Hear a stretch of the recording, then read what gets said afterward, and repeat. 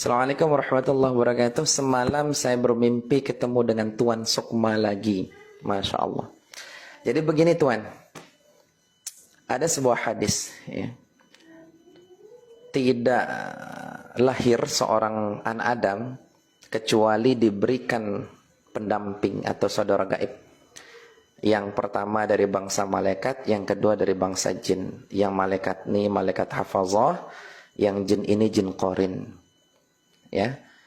Nah, kalau ada orang bermimpi. Nah, bermimpi, misalkan ketemu dengan saya di dalam mimpi, ya. Ketika Tuhan bertemu dengan saya dalam mimpi, lalu di dalam mimpi Tuhan diajarkan amalan-amalan tertentu, yang mana amalan itu sesuai dengan ajaran Nabi, dengan Quran dan hadis, maka saat itu sebetulnya Tuhan tidak bertemu dengan jiwa atau sukma saya. Tapi Tuhan bertemu dengan korin dari malaikat. Jadi malaikat hafazah. Namun ketika Tuhan disuruh mandi tengah malam di sungai warna ini dan begini, ini ritualnya yang merujuk kepada khurafat dan syirik, itu kemungkinan dari jin korinnya saya. Karena jin korin saya itu kafir. Kecuali Rasulullah, hanya Rasulullah yang jin korinnya muslim. Namun kalau Tuhan bermimpi ketemu dengan saya, terus saya juga demikian, maka inilah yang namanya pertemuan sukma dengan sukma. Jiwa dengan jiwa, kesadaran dengan kesadaran. Nah, jadi sebetulnya roh itu memang banyak tuan-tuan. Roh itu banyak. Diri saya ini ada roh, di Tuan Wajdi ada roh, di Tuan Wentu Widodo Samsul Ulman itu ada roh.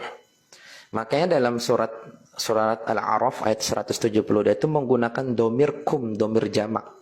Alastu bi rabbikum, apakah kamu menyaksikan sebagai Tuhan kalian? Itu maksudnya roh itu banyak. Roh itu banyak. Makanya menggunakan domir kum atau kalian. Tapi yang namanya sifat itu tetap satu. Jadi yang namanya hidup itu satu, ya. Keadaan melihat itu satu, keadaan mendengar itu satu, keadaan berkata-kata itu satu. Jadi keadaan sifat ini satu, cuman wadahnya yang berbeda-beda. Nah, wadah sifat itu adalah ruh. Jadi ruh ini sebetulnya nggak punya af'al, nggak punya perbuatan.